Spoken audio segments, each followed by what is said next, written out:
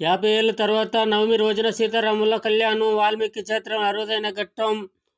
సీతారాముల కళ్యాణం నిర్వహిస్తున్న వేద పండితులు వాల్మీకిపురం న్యూస్ స్టూడియో దేశంలోని ప్రధాన రామాలయంలో ఏటా శ్రీరాముని జన్మ నక్షత్ర పునర్వసు శ్రీరామనవమి శుభగడియలో సీతారాముల కళ్యాణం నిర్వహిస్తారు. 50 ఏళ్ళకు ఒకసారి పునర్వసు అశ్లేష నక్షత్రాల కలయిక ఈ శ్రీరామ నవమి రోజు రావడంతో బుధవారం జగదాభి రామునికి పరిణయ ఘట్టం కలప పండుగగా సాగింది. ఇలా 875 నవమి రోజు కళ్యాణం చేయగా మళ్ళీ అర్ధశతాబ్దం ముగిశాక ఈ ఏడాది ఈ కాలంలోనే ప్రజలకు అపురూప ఘట్టం జరిగింది.